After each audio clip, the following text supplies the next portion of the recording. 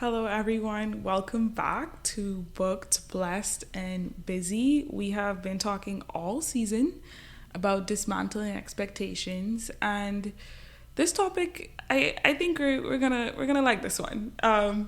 We've talked a lot about faith and how much faith is important to us on our podcast so far, and this time we want to talk a little bit about church culture and just dismantling some of the expectations that we as believers may put on other believers, or what society may put on believers, or Christians, or just church culture in general. So this has been a topic that I guess Case and I have talked about often, because we are both pastors' children, and then Danielle has also grown up her whole life in the church, going and praising.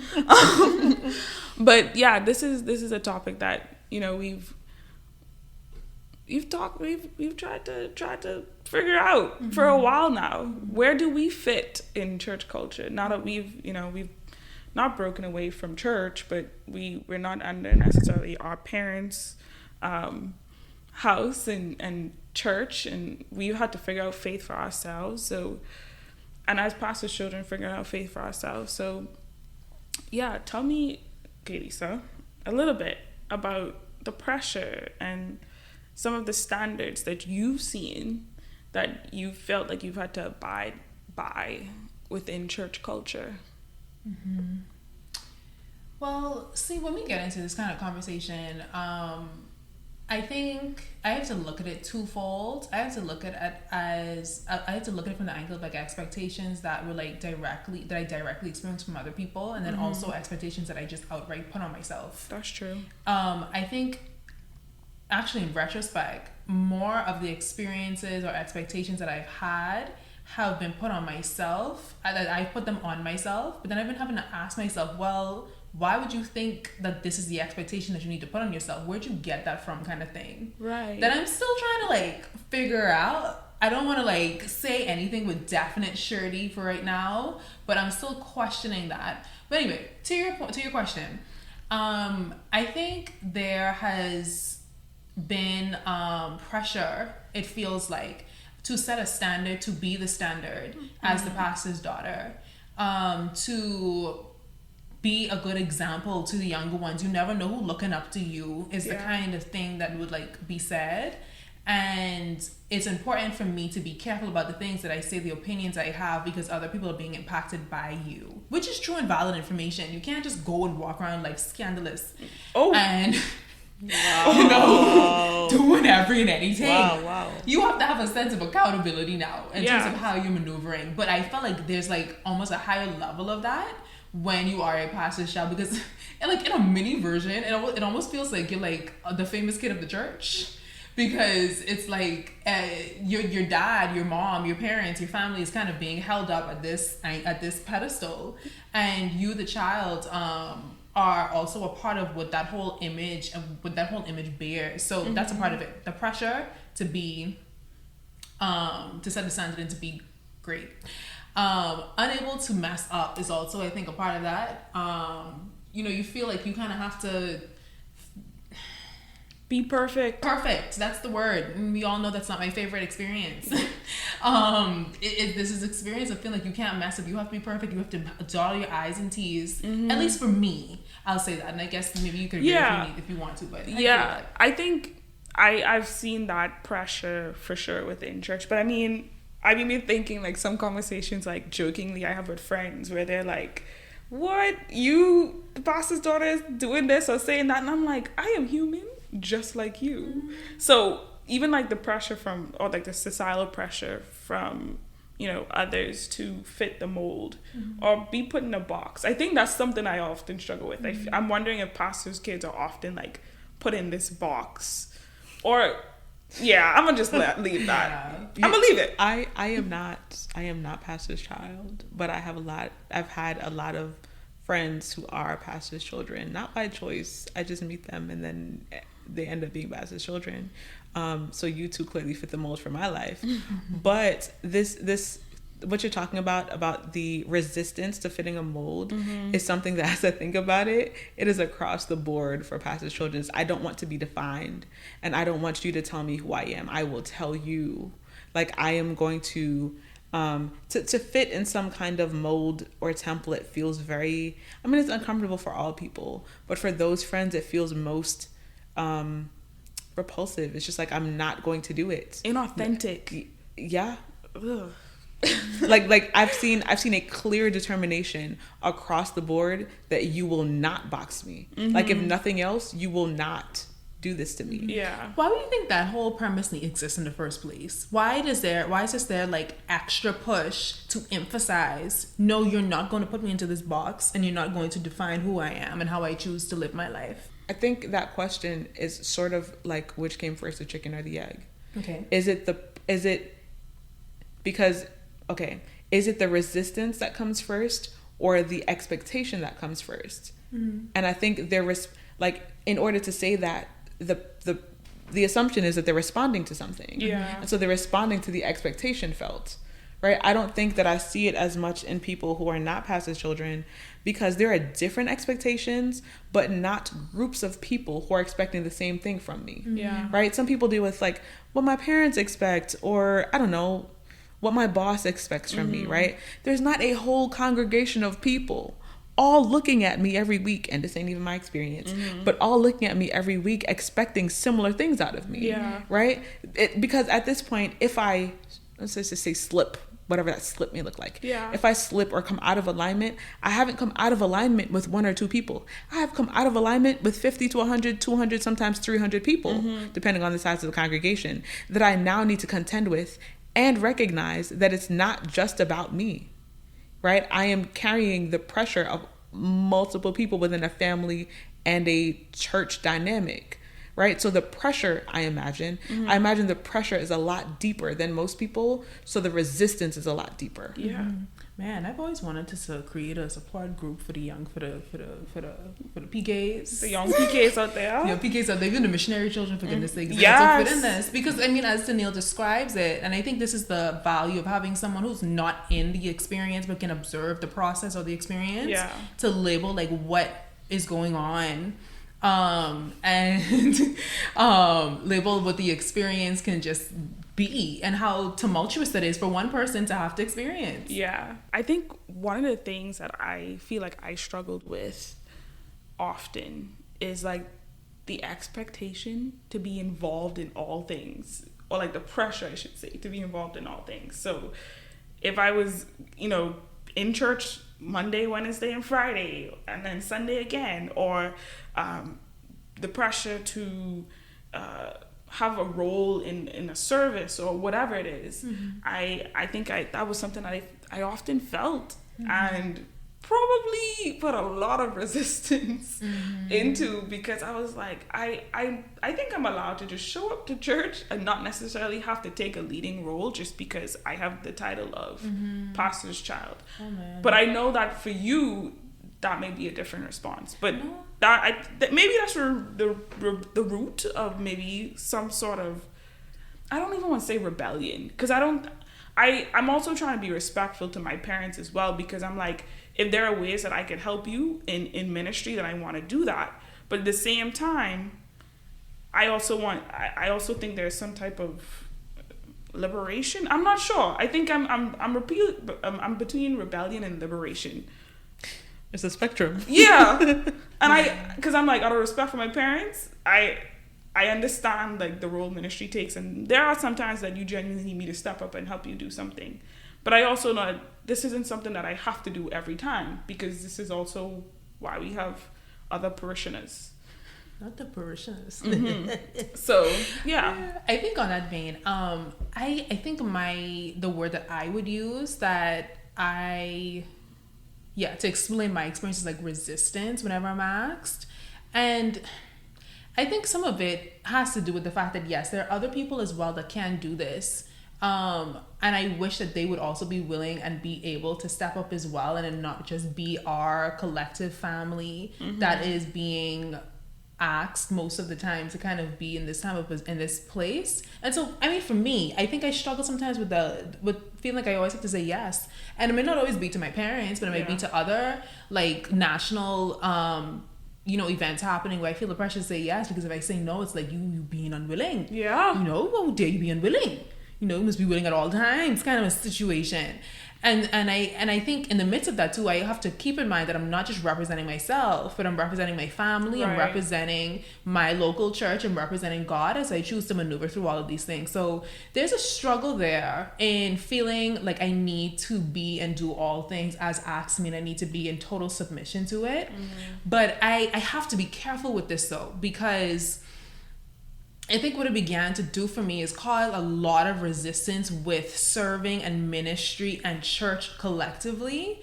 And it has tainted my perspective of how beautiful it can be to experience ministry well. And being able to experience God through ministry, being able to experience good, solid community in ministry. I think it's kind of tainted that for me, and I have to be careful of that. And I think naturally within the last few weeks, I became a lot more aware of how resistant I have been within my own spirit, and learning to be more open and more willing to embrace the fullness of what God may want to do with me in ministry. Yeah. And it might look different than what other people might want for it to look like. And so it might look like me carving out a path for myself of what feels authentic to me as it relates to ministry. Yes. I think when I think of ministry, I feel like oftentimes I think of like the aspects that are tiring, because we see the behind the scenes. Yes. And so I'm like, why would I want that for myself? Right? I'm like, who want that for myself? If God hasn't called me to that. Like, why would I want that for myself? So I agree that if we get caught up too quickly or too easily, we tend to lose the beauty of what ministry could be. And that there are so many avenues for ways to be ministered to or to minister. So and also seeing how God can meet you in the midst of service. He will replenish you, especially if you keep going back to the source and allowing for him to replenish you. He will take care of you as you choose to serve. And so I'm also having to learn to keep that in mind, that I'm not doing this whole service thing on my own. This is something that I'm doing with God. Yes, it can be very tiresome to my physical body, but I prayed at the end of the day that my spiritual man is strengthened. As you guys are talking, there are pieces that I'm able to relate to because, okay, so I'm not a PK, but like Janique mentioned, a lot of my life, much of my upbringing, has been spent in church and in church communities. And so definitely able to identify with the, like, often being at church for the things that are happening. And even this pressure to say yes, which, conversation for another day, I think for me was birthed out of a lot of like people pleasing and not wanting to be seen as disobedient or as like unwilling and closed off to church things. Outside of this though, a lot of what I've come up against is more so in my adulthood, and getting to this place of feeling the expectation, I guess, within church culture to only use my gifts within the church. Right. So if you sing in church. If you are able to teach in church. Even in our, I might get in trouble for this, but even in our like career field, right? If you do counseling, do it in church. And I've had to birth a resolve in myself that it is okay for me to use my gifts outside of church, right? Because using these gifts outside of church doesn't mean that I'm outside of God. There's a like, she talked about liberation. There's a freedom that comes with like, wow, God can be in other spaces that's not in these four walls, that I get to do ministry in my work and not just like from preaching or sharing, doing a Bible study or whatever that looks like. I even have friends who like act and dance and just whatever they may be involved in that I think forces me to explore. I'm not saying that being in church every day is not a full life. If it is what brings you joy, happiness, contentment, peace, all the things, please do so. God bless you. But for all people, that is not what brings a full life. And I think in things like, I don't know, if someone acts or dances or whatever, that they should be able to experience their gifts in other contexts and still trust that God is there and is present in those situations, right? That it's not like, oh, I'm doing these things outside of God and the things that I do in church are in God. Like these things get to coexist in my life because God is not just in the church, but in me. Right. I mean, when you're able to recognize who your gifts come from, Right. that's a completely different conversation we have right now. Yeah. And so I think too, this idea that the church has to be my life, like that kind of expectation, my whole life, my whole everything I do, it has to come back. My whole character, my identity needs to be rooted in that regard.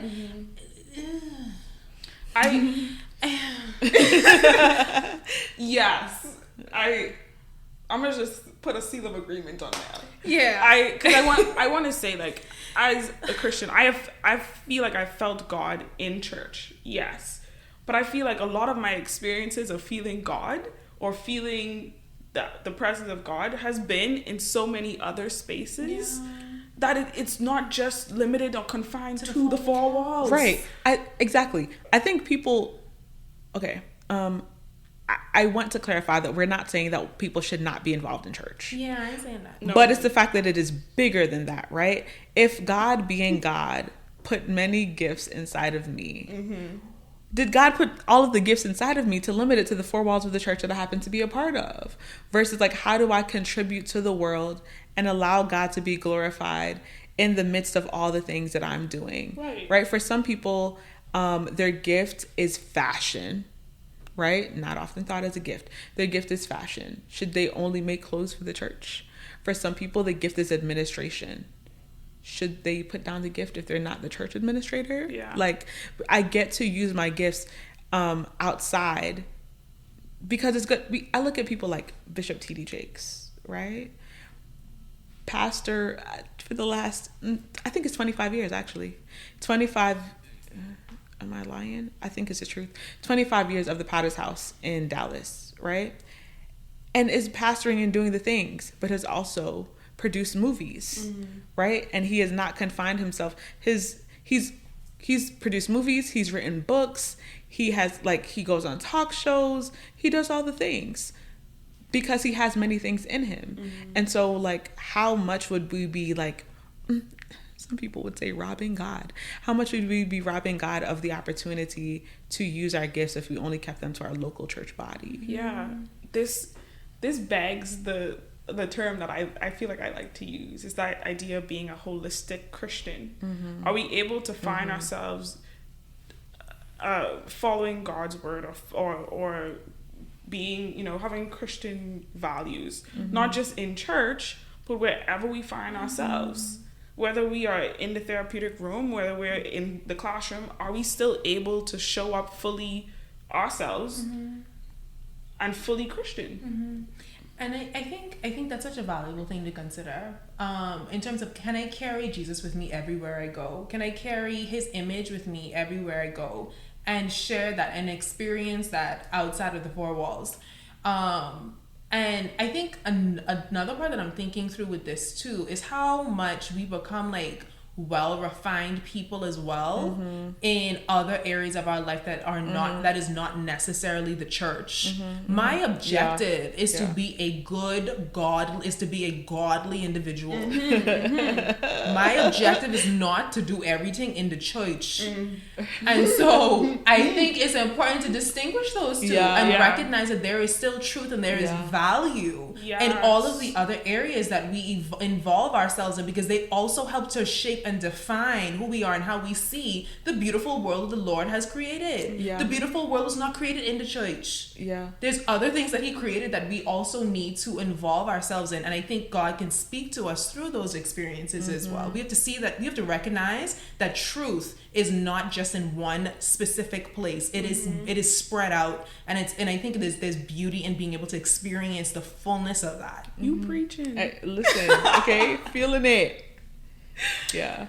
Sorry, let me get off my soapbox. I'm even thinking about someone I don't have permission, so I won't say her name, but from our local church, who she does things in the church, right? Will be on the worship team and those kinds of things. But also, if you don't see her, chances are she's not in the country. Mm-hmm. Chances are she's in some other part of the world exploring, because a lot of what she does and shares with her community is the ability and opportunity to travel and to learn more, and she'll bring her experiences back. She has a blog, all of the things.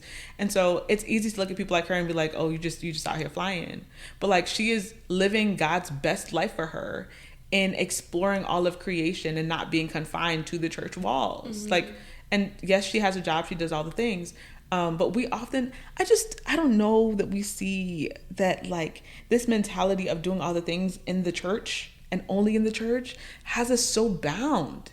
Mm-hmm. It's so bound, and so it's so limiting to hold all of my things in here, when the big God that we serve has created big things for us, and we are holding ourselves to a really small local community. Not saying that we should not value these things, but this should be a place of launching and a place of reconnecting, right. Not the place that I abide in. Right. If we think about our homes, we leave our house, right, and we go out in the world and do things. Yeah. This is our launching place. We rest here. We launch out. We do all the things. At the end of the day, we come back home and we regroup to go back out again. I think the church is meant to be that same kind of place where we find community and anchoring. Yes. But it's not meant to be. Nobody want to be locked up in the house all day, every day. But I'm like, that's the same thing. Like, how do we reach others if we're only locked in one place? Exactly. One place. I'm like, how do we reach make it the make others? sense, Lord? Make it make sense. How do we allow people to see Christ through us if the only people we around are the people who are already saying they have Christ? That it makes sense. I'm confused. Yes, the confusion.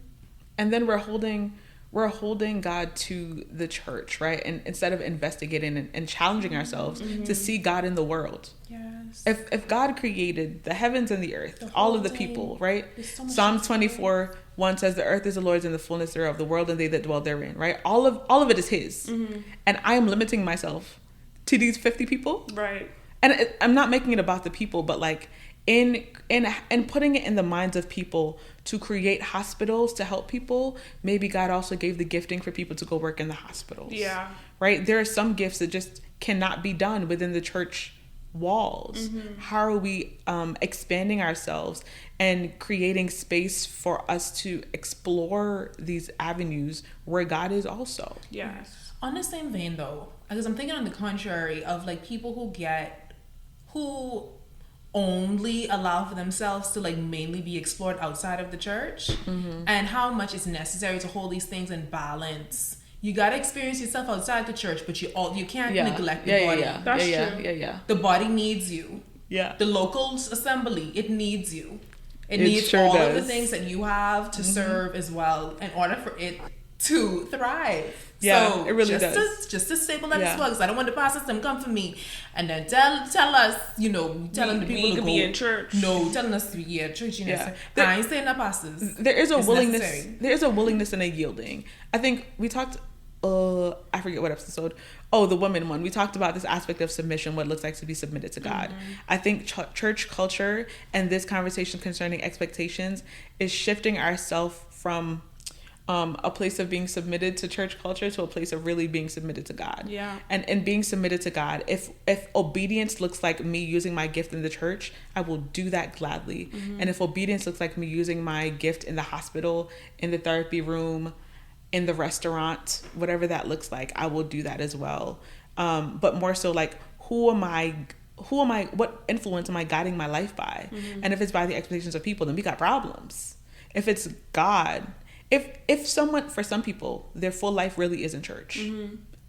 God bless you if that is God's will. Yeah. And if that is the expanse of what God has for you.